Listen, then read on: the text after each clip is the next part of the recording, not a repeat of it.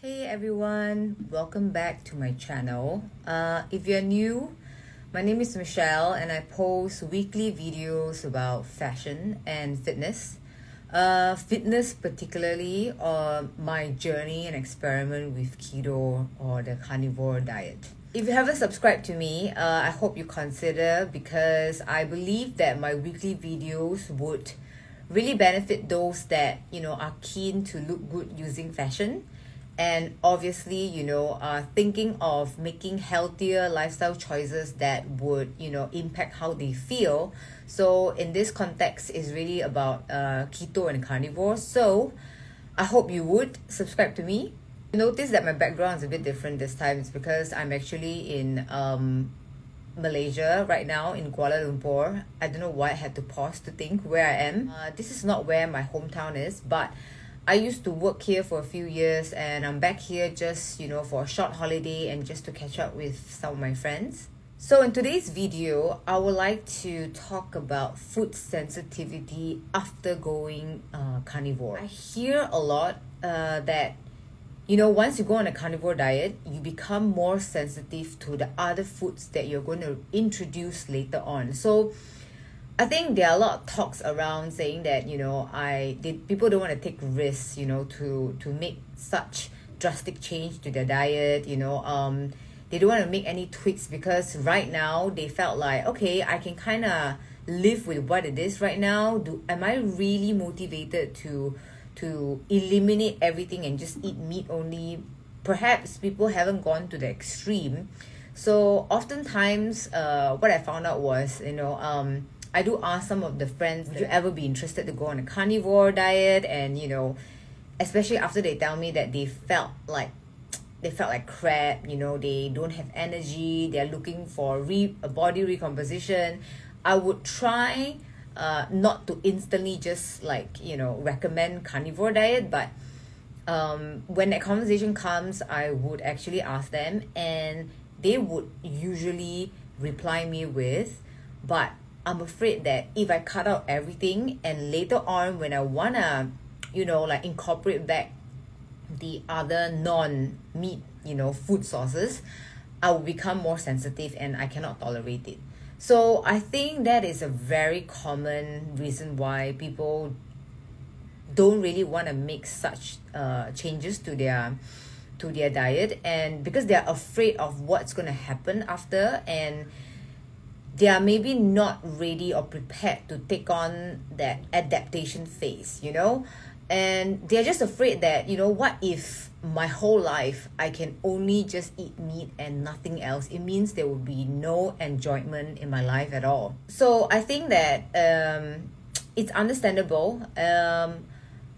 I wouldn't say that I have ever thought of it that way, but what we know is often people who go on a very strict elimination diet, like for example cutting out everything except meat, because obviously we have grown as human beings over the years thriving on meat, and meat is something that doesn't cause you any allergy, and it's not like other food sources like plants which has anti-nutrients, has toxins. You don't know how it actually is being digested in your body over time. So meat is always a fail-safe choice to eliminate as a form of elimination diet temporarily, and then after you clear out all your symptoms, after just eating meat only, then you would introduce other kinds of food to see how you feel.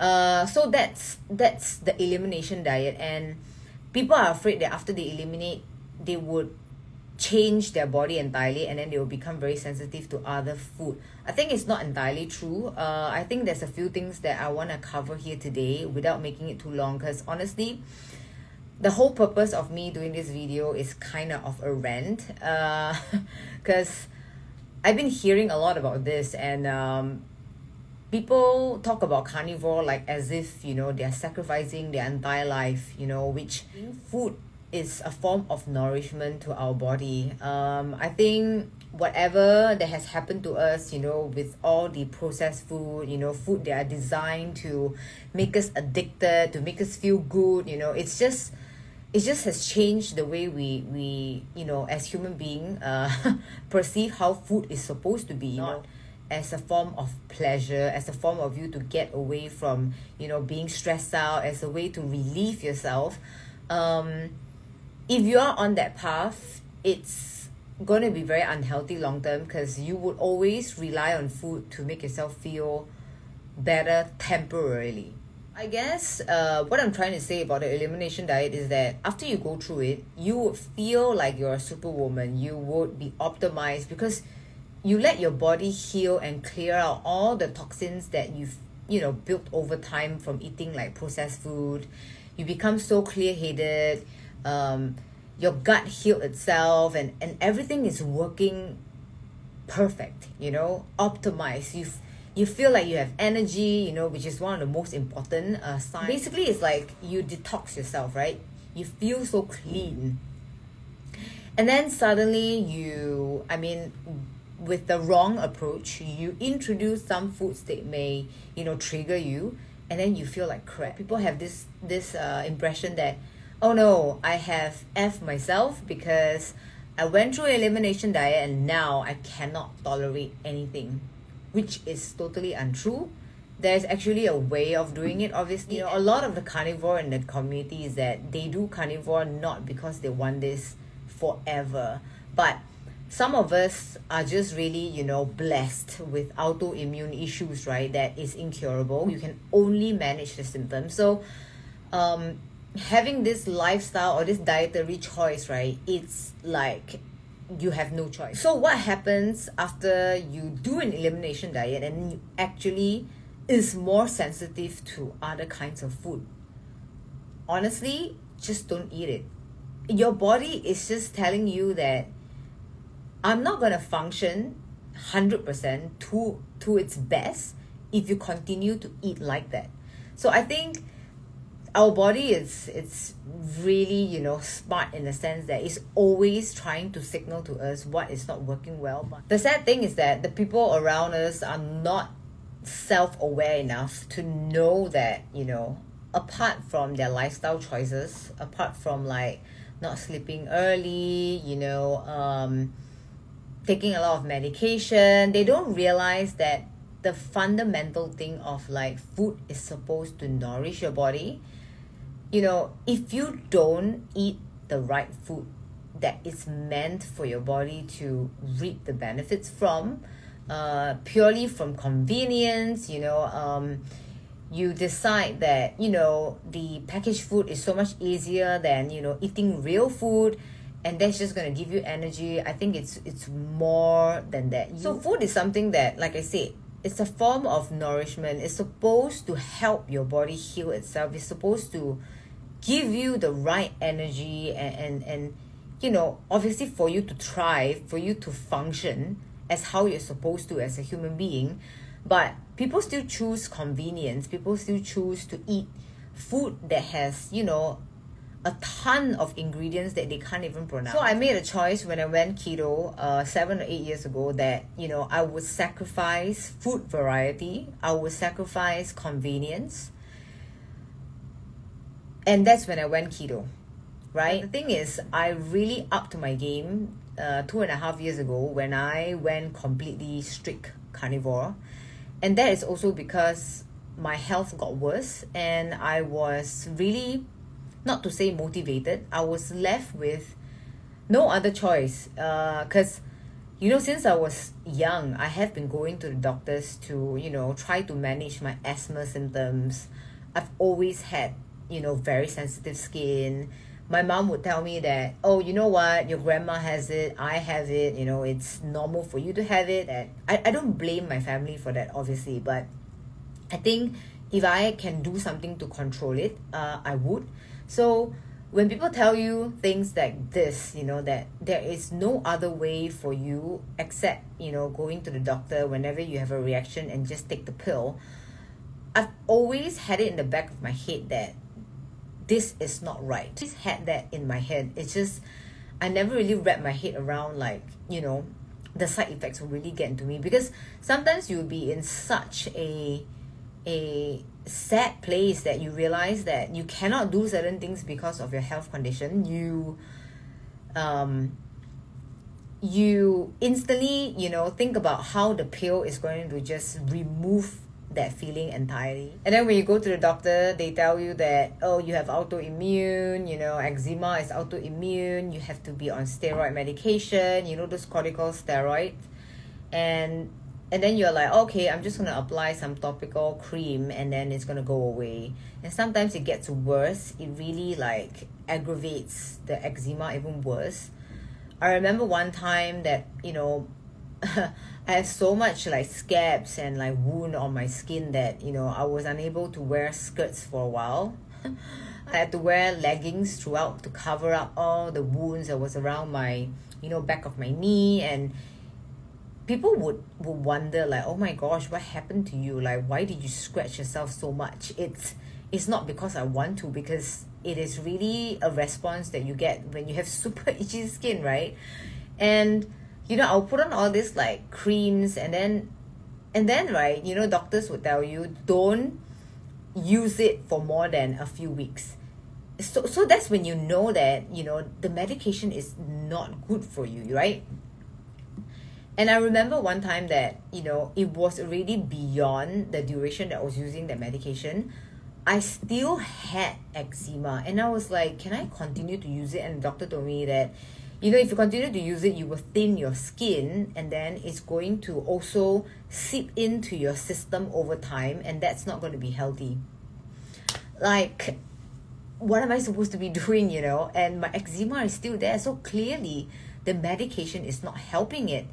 It's just making me feel less itchy, but it's still gonna come out if I don't use the medication. And rounds of searching, going through YouTube videos, watching other people talk about it, and then I come across the ultimate elimination diet, which is to go carnivore. So another incident that I wanted to share is, I never really wanted to share this, but I thought it's really gonna mean something to some people out there, is that so I was suffering with all this skin condition for a few years. I will always have allergy pills in my bag. Allegra, if I'm not mistaken, is basically antihistamine. There are many different brands, but antihistamine is for people who have those flu symptoms. They have itchy skin. So I was always on antihistamine, and a lot of times my itchy skin, right, would affect my sleep, and I will wake up in the middle of the night scratching myself. So I would then also use muscle relaxant pills. So it's kind of like sleeping pills. So I will always be on antihistamine and muscle relaxant pills to help my sleep, to help me with my itch. And the eczema, I was taking corticosteroid cream. I was on that for a while, and then not to mention I was on Accutane. Okay, let's not go into that chapter. So knowing that my body has always been used to that medication. So one time in November, I had to do a presentation at my workplace. There were maybe 40 of them there, attendees. I would just say that it is something very important, and that everybody was watching me and waiting for me to deliver the information that they needed for what's going on that day. It was only a 30 minutes presentation. So to give you a background, I am actually a trainer, a coach. So for me to speak in public, for me to conduct training to over 50, 60 people at one shot, it's nothing to me. I can speak pretty well. I'm quite a confident person, and I'm quite trained in that sense. So nervousness or having stage fright is not something that happens to me. I've been doing this for 10 years, right? And suddenly during that presentation, as I was presenting, I think it was 5 minutes into an introduction, 5 to 10 minutes in, I started feeling that my mouth was getting very dry. There were no saliva at all. It was super dry. So after that, I found out, which was quite funny, because it was called like cotton mouth or dry mouth. It's a very common symptom of people taking a lot of antihistamine pills or muscle relaxant pills. It's one of the side effects actually.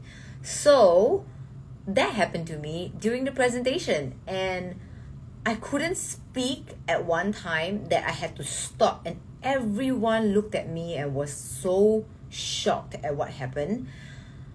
I immediately just left the room. Because I can't even say like, guys, I can't continue this conversation, I can't continue this presentation, can we take a break? I can't even say that. Nothing came up from my mouth. But to be honest, that was the first time that I felt like I didn't have control over my body. And after that, immediately, I went to the doctor, and he told me that, your body just went on like the fight or flight symptom mode, and perhaps you were nervous. I was so mad at him. I was not nervous. And yeah, so I think this is also a good time for me to share that, I was also smoking back then, before all this, before Carnivore. So that could have added on to the fire as well. I'm sure you would like to know how I quit cigarette. That is going to be another video. How to quit addiction. That is going to be a fun one, I promise you. So having that incident, after that I really, self-reflected, and it was immediately the following week that I decided I'm going to stop smoking, and I'm going to take my health, choices very seriously, especially when it comes to diet. And that's when I come across Carnivore. But I think Carnivore really came into place with so many other things that, made me realize that I need to do something. My skin, my mood, my energy, and then now it's affecting my workplace, my performance. It's just, enough for me to feel pain and discomfort to make a very sacrificial change. So people tell me, oh, Michelle, now that you've eliminated everything, you're going to be so sensitive. Don't you feel so restricted? Don't you feel like you want to let loose for a bit? You only live once, I've never gotten or able to digest that mentality. You only live once, you just do whatever it is.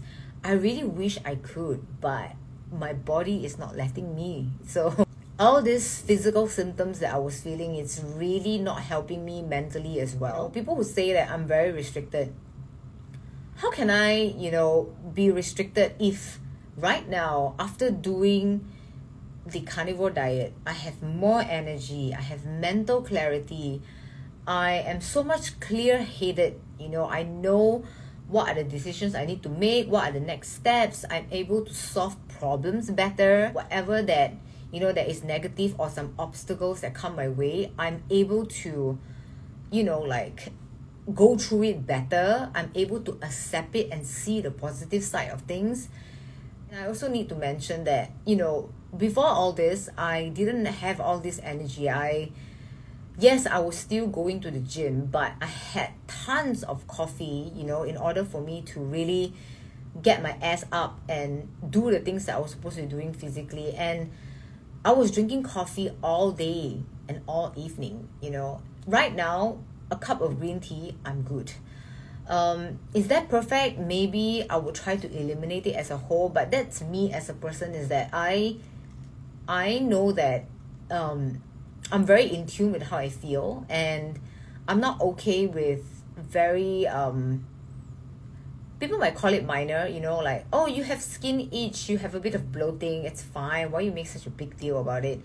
I think for me was that I allowed all this to happen to a point that, I started realizing that it's not treating me well. Really don't get when people tell me that, don't restrict yourself, why make your life so difficult? I'm not making my life difficult. I'm actually very happy with how things are right now, and I'm happy that I'm finally in tune with my body and I'm trusting enough what it's trying to tell me. And I believe that, you know, whenever something doesn't feel right, you are supposed to take action and try to find a way to make yourself feel better. I am not okay living suboptimally. I'm not okay living, you know, 80% or 90%.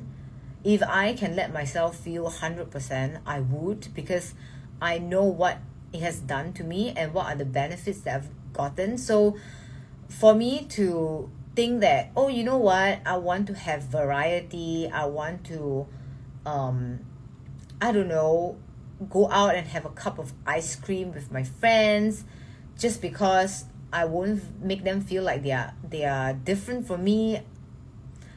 I think everybody is entitled to their own choices, that whatever that is going to make them feel their best. And I have decided that restriction is freedom for me. I know that sounds super crazy, but restriction has allowed me to be more free to do the things that I can do right now and that I want to do. So I'm just going to be honest and say that I know people that, you know, they say things like, I have no energy, I can't do this, I have so many excuses, I have so many cravings, and like, oh my gosh, I'm sorry, I cannot quote all of this because people will think that I'm trying to insult them. So, you know, people will come up with a lot of excuses. I can't. And you know, they actually fall sick very frequently and they're fine. I'm not. If people think that having headache after they eat, having indigestion, having frequent bloating after they eat, you know, going to the washroom abnormally, and then they just wake up and like, okay, I'm just gonna go on my day, they're okay with it, they think that is normal, then I think they really don't know what is normal then. Am I more sensitive now? I could be, but my entire goal with the carnivore diet is to heal my gut, because I know that's what I have damaged it with the medication that I was on. I mentioned this many times.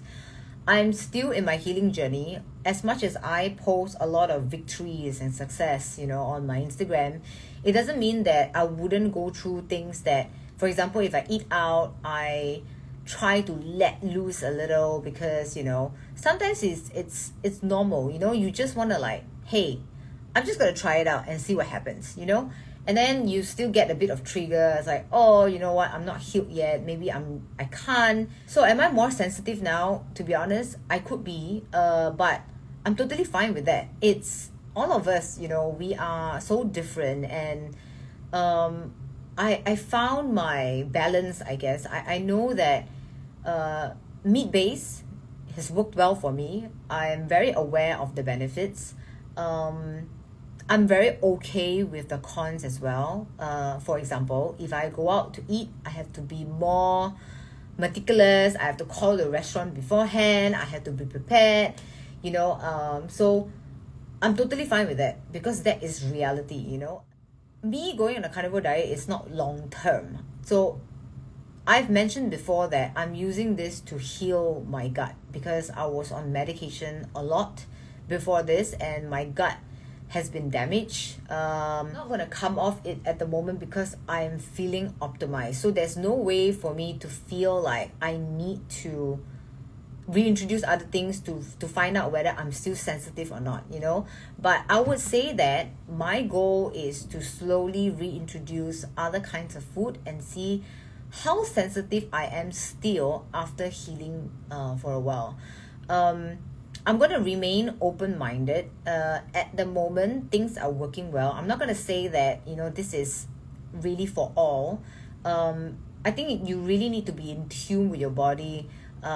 If let's say one day eating meat only and I'm just on carnivore diet, right, and then it's making me feel not 100% anymore, I will be open-minded to go and find out what exactly it's not working and how I'm going to change that. So happy for some of you that, you know, have contacted me and told me that you're on a carnivore diet because you realize that the discomfort that you're feeling, this is pushing you enough to try it out, you know, trying it, not accepting it for the rest of your life. You know, I think always wanting to try and always wanting to improve should always be a quality that all of us should have. So yeah, please share with me your thoughts, you know, about this rant. Like carnivores out there who have succeeded, who have failed, you know, what do you guys think? Are you more sensitive? What do you think about this topic? Do you feel like you are restricted? I would really appreciate, you know, to see your comments, to see your thoughts. Thank you so much for staying through and watching this video. I hope to see you in the next one. Bye.